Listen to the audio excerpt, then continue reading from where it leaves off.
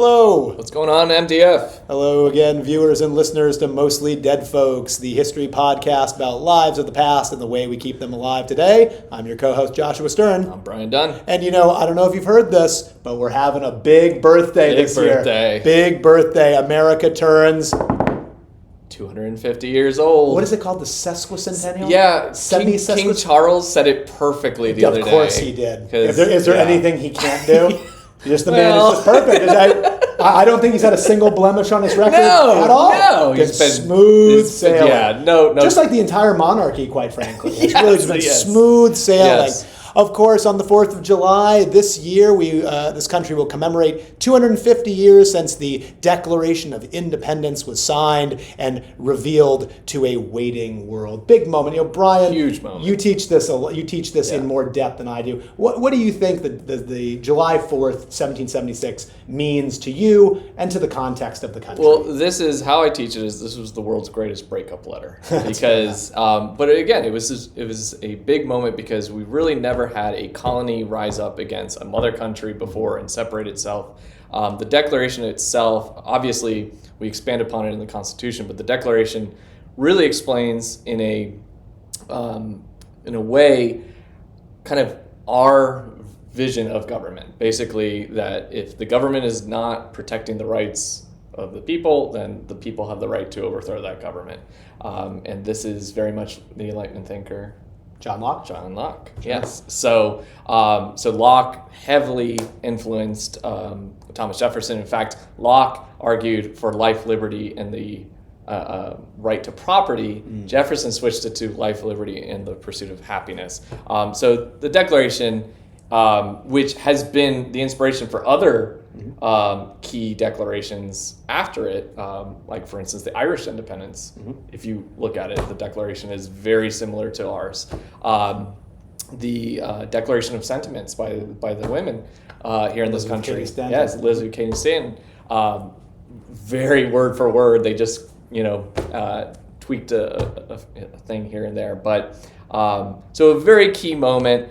I'm kind of torn on this because what we're going to do today is we're going to argue, is July 4th really, should that be our birthday? It always has been. Yeah, because a few years ago, and this is very controversial in the world of politics and history, a few years ago, in actually 2019, to commemorate the 400th anniversary of the first slaves to be brought to America, we have a project called the 1619 Project, and it was started by Nicole Hannah-Jones, and she proposed a couple things, and I'll get into that in just a little bit. But there's a lot of people that sit there and go, well, what should be our birthday, really, if it's not July 4th? In fact, even John Adams really thought July 2nd, because that is when we actually voted for independence. 2 days later, we approved the Declaration.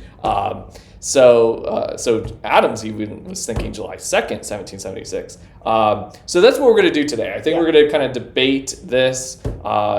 Is Jones right that we should go with 1619? Should we stick with the old tried and true July 4th, 1776? Or should it be something entirely different in that sense? I would say about the 1619 Project, I think as a purely historical document, it's flawed. There are definitely some errors. But I think what makes the 1619 Project, why I, as a history teacher, am happy that it exists, and why I'm happy that it's caused the controversy it did, is that it just gives you this idea of lenses. It's so important not to view any subject through a lens of unchanging static history. Whether or not we agree if 1619 is a better year than, say, 1776, I think is perhaps the wrong conversation. I think what's important to note about the 1619 Project, two things actually. One, 1619 was also the date that the Virginia House of Burgess met for the first time, which was the first sort of legislative, organized by the people governing body in the colonies. And this is a full, 160 years before the Revolution. Right.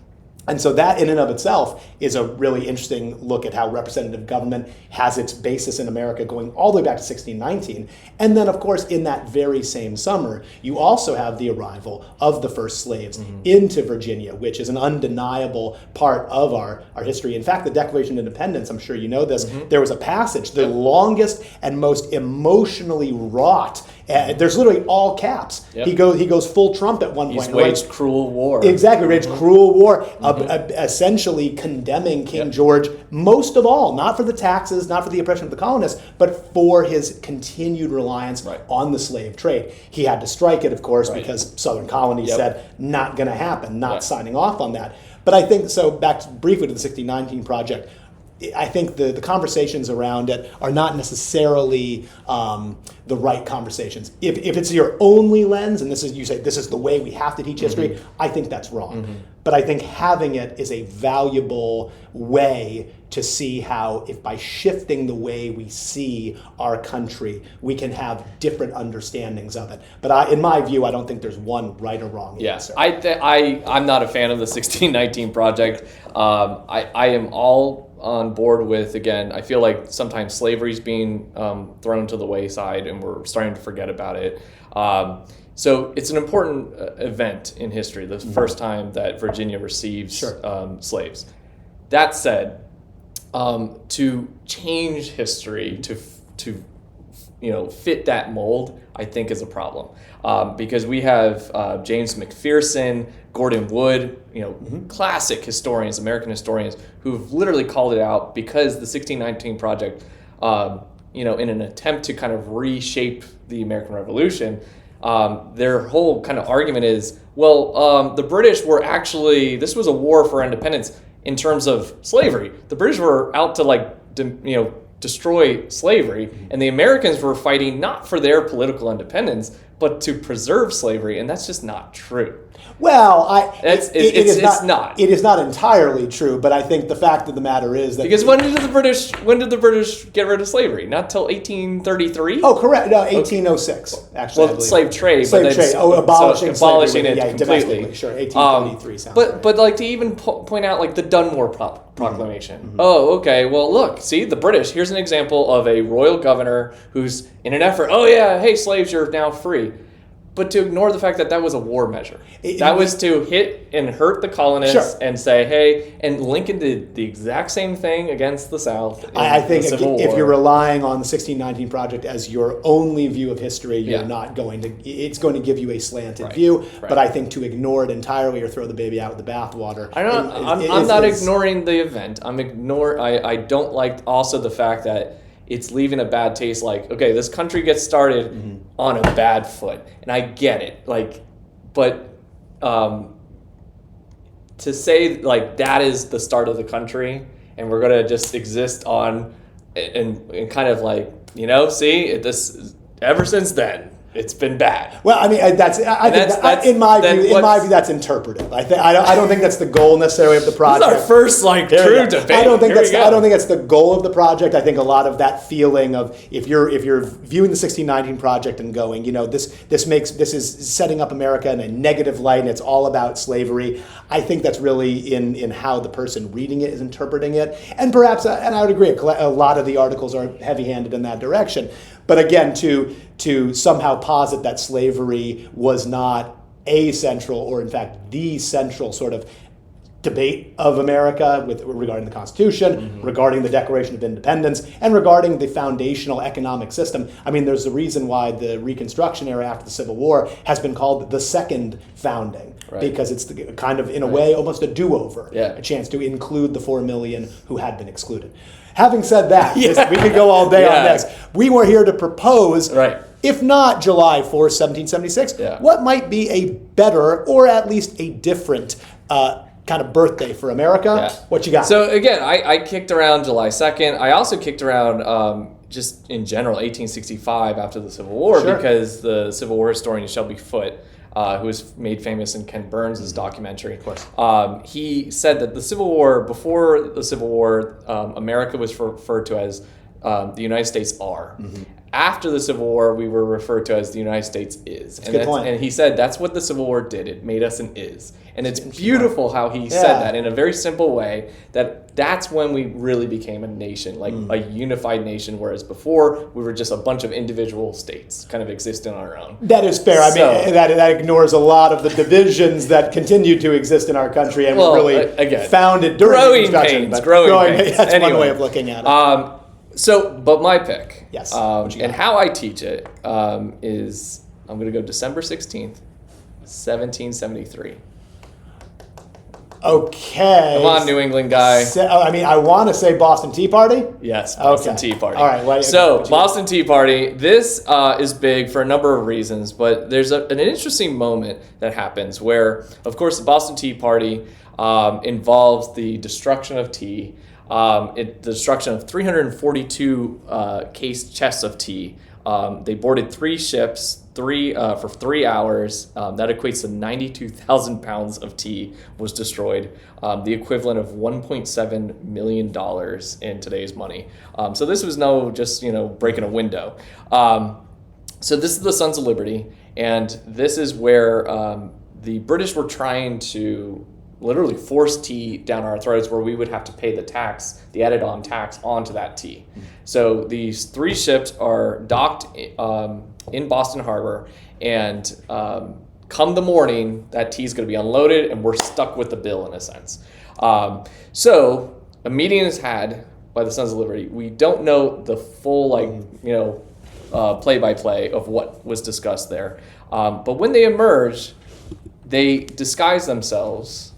For obviously, they don't want to be caught, identified. Exactly. But this is how I always say it with my students: why not put, sacks over your head? Why not dress up as women? Why not dress up as clowns? Like they dressed up as, do you remember? Native Americans. Yes, Mohawk Indians. And again, that is curious because 1, is it just a plain disguise? 2, are they trying to send a message that, again, Native Americans historically would go on raiding parties and destroy property, and that's what they're doing that night?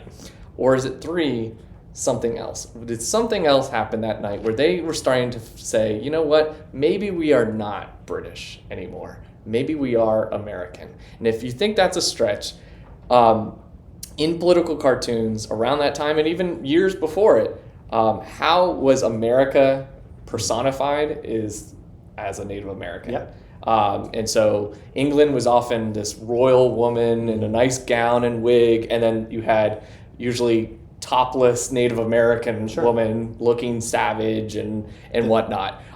And so again, I think that is a key moment for us. I think that is a flip of the switch. Hold on. Okay. Because I'm skeptical. Because what of course happens is the Crown reacts. We have the coercive acts and what we call the intolerable acts, largely targeted towards Boston. Boston Harbor gets shut down.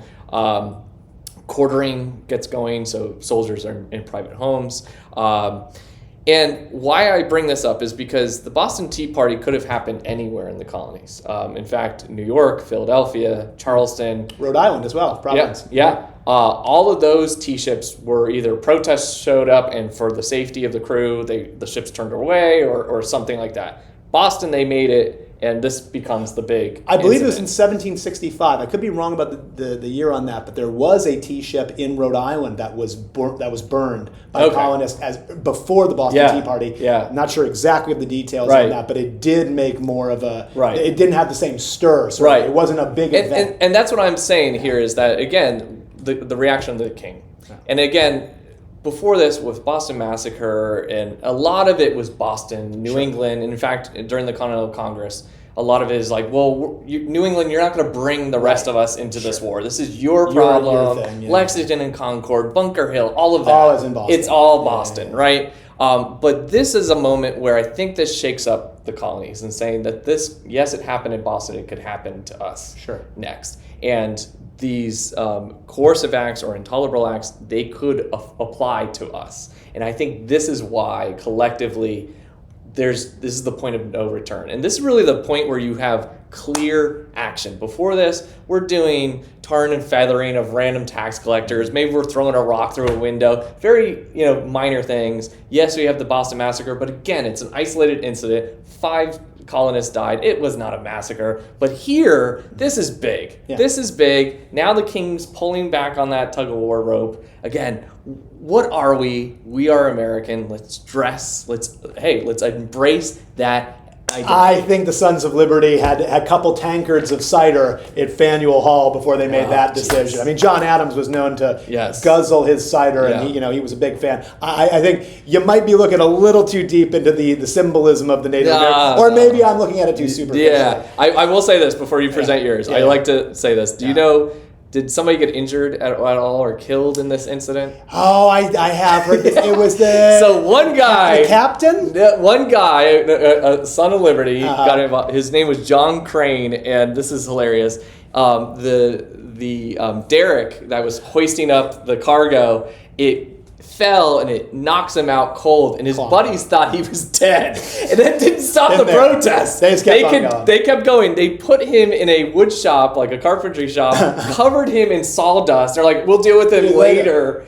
He comes to eventually, and they're like, oh man, you survived. But another interesting thing is, again, we were targeting the tea. We did not destroy or steal anything else. We cleaned up. We swept literally the deck after we did this. So that is my day. Wasn't the tea? I mean, isn't this a bit of a misnomer? Wasn't the tea actually controlled by the Dutch East Indies Company, and it wasn't actually controlled by the British Crown at all? But remember, okay, so this is a good point. So they were losing money and they were desperate, so they reached out to Parliament and said, hey, instead of going and selling our tea to merchants, can we sell the tea directly to the colonies? Okay. And so in a sense, they could, in a sense, get more money out of it. So gotcha. cut out the middleman. And so Parliament approved it to kind of salvage these companies that were losing money. I could see that. So, I could see that. I'm surprised if you were going to go that route. I thought for sure you were going to go with 1763, the end of the French and Indian War. That's a good one. It's kind of, and I don't know the specific date because I didn't go with that one. But that kind of kicks off. The Brits are in debt. They need to pay it off. That's what begins with the Stamp Act and so on and so forth. So I was surprised that you jumped ahead 10 years. Is that your date, or no? It's not. It's not. I was just throwing it out there. Because you're right. As a possibility. If you're going to the Proclamation of 1763 really ticked us off. Yeah, because you couldn't move. We can't move beyond the Appalachian Mountains. Right. And I love we're talking about this like this is just such common knowledge. Like, I know. The Proclamation line again.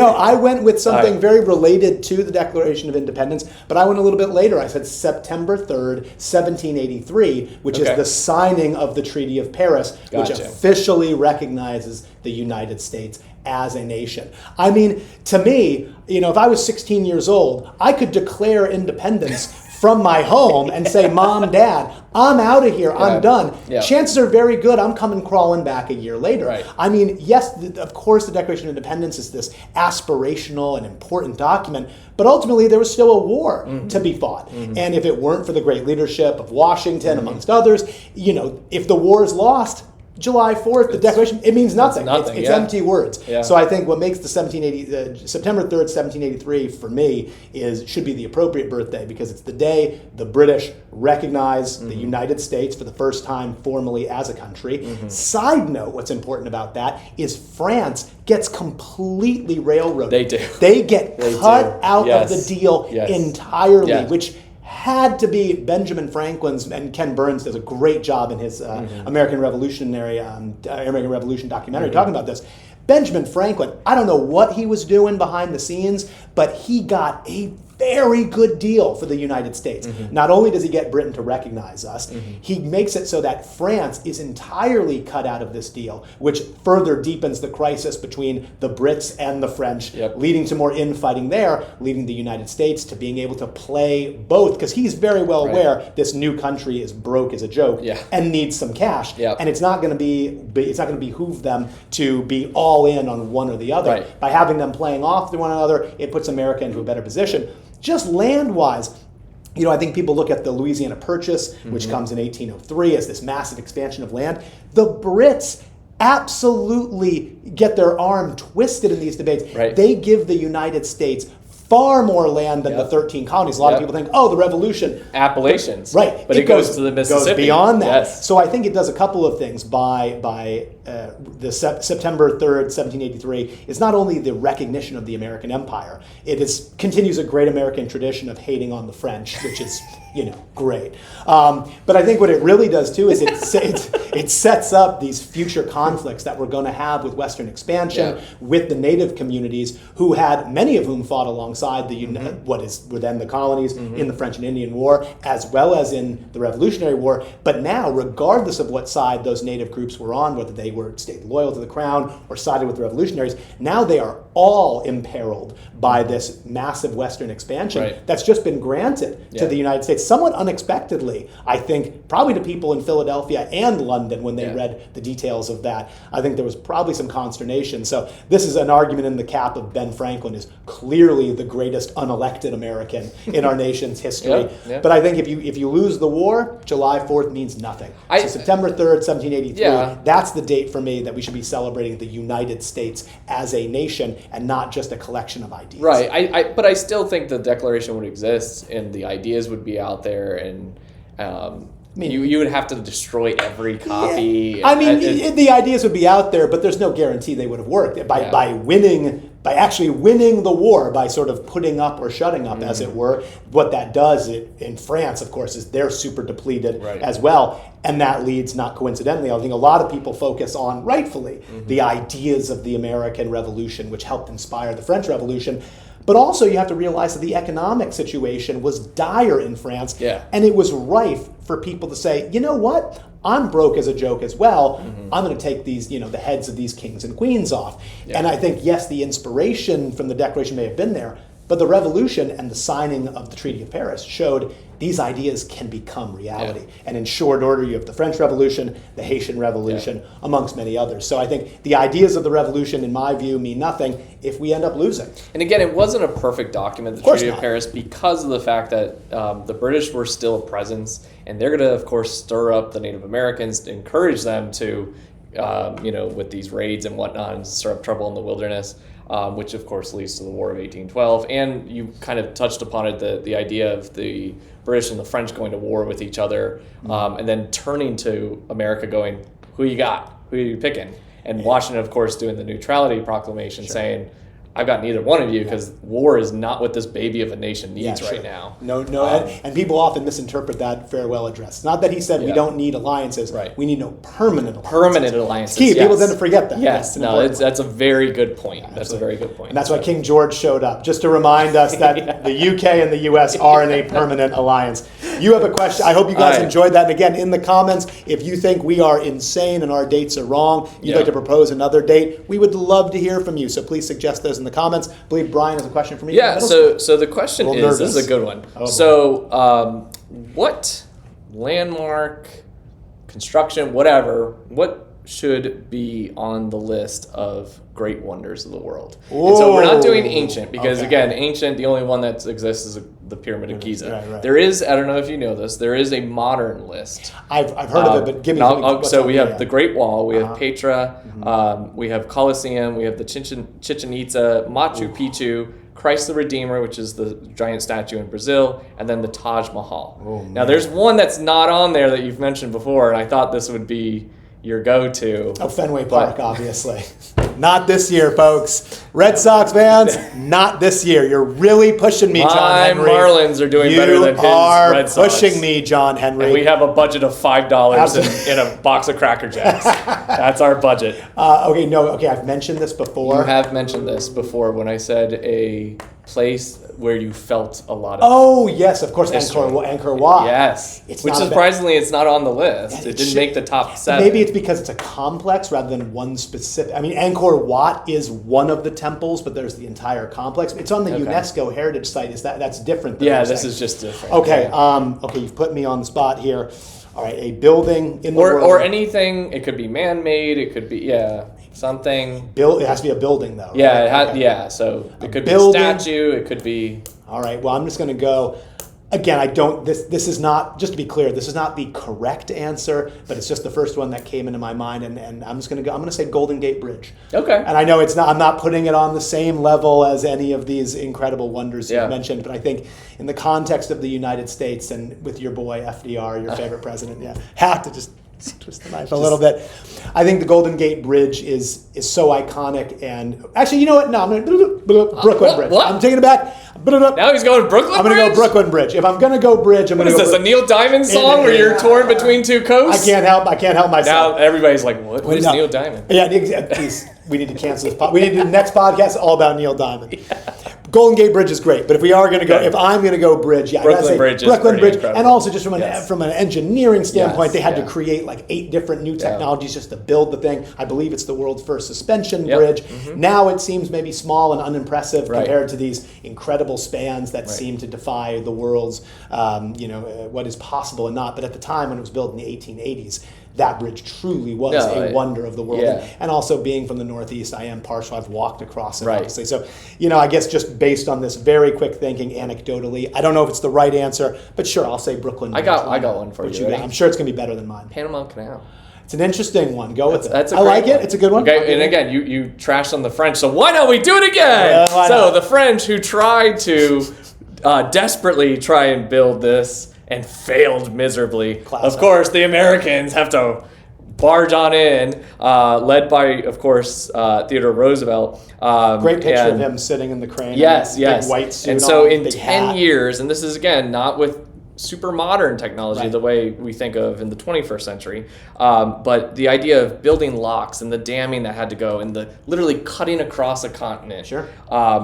Tens of thousands of workers involved, $650 million being spent, 25,000 lives being lost. I was about to say workers is this- a generous appraisal of Yeah. the essentially enslaved labor which built the thing. That's not me. That's not me spouting off me. But You- still, the Panama Canal, which solved the problem, of instead of going for trade, going all the way around I mean, South America. 25,000 workers lost. You're not working in great conditions, are you? But it is one of the reasons why Teddy Roosevelt. Swat those mosquitoes. Yeah, Teddy Roosevelt did come back from that with a deep understanding Yeah. of the importance of workers' rights, Right. and he was one of the more visible presidents as it relates to square workers' rights, deal square and deal, everything. etc. Yeah, So yeah. maybe he learned something There you from go. watching thousands Yeah. of people die in the Panama Canal. Yeah, so I think with That's a good answer. like the Panama Canal definitely is such an achievement Sure. in American world history. yeah, well, the Very good. Panamanians control it now. Yes, right? yes, which for again- now, right? For now.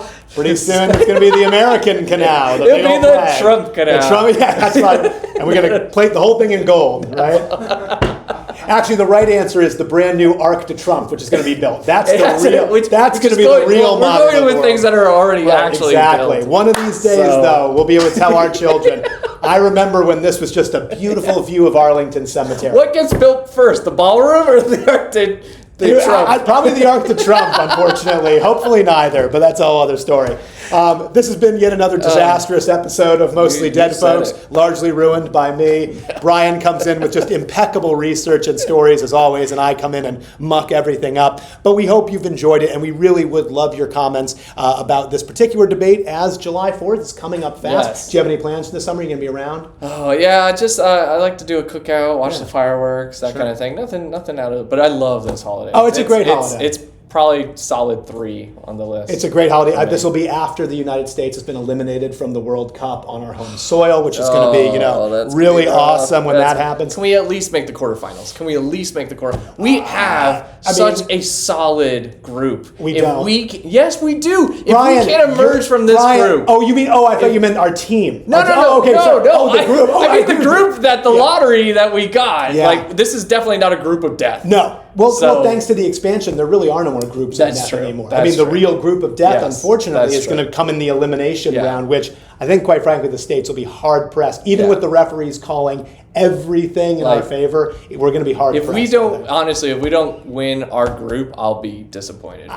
But Well, you're playing goalie, and I'm at left back, so we're in a lot of trouble. that is true. We're in a and your lot- hammy's acting up. It's not lately, good. right? Well, I'm 41 So- years old, going on 42. My hammy is always acting up, or it's my back or It's your ankle. back. And interestingly enough, Tim Ream, our starting center back, is 39. Wow. Yeah, that's Okay. That's not what you're looking. Maybe No. that's young by teaching standards. It's Yeah. not young by soccer standards. We are going to get ravaged. I think. I hope I'm wrong. I think I'm right. So anyway, 4th of July is right around the corner. I hope you all have a wonderful one. But Happy birthday, Happy America. birthday, America! July 4th this year. July 4th. Who knows in the You future? never know. September 3rd. I'm banking on it. December 16th. Y'all be good. 1773. We'll see you next time on Mostly Dead Folks. I'm Joshua Stern. I'm Signing Brian off. Dunn. Take care. Take care, everyone.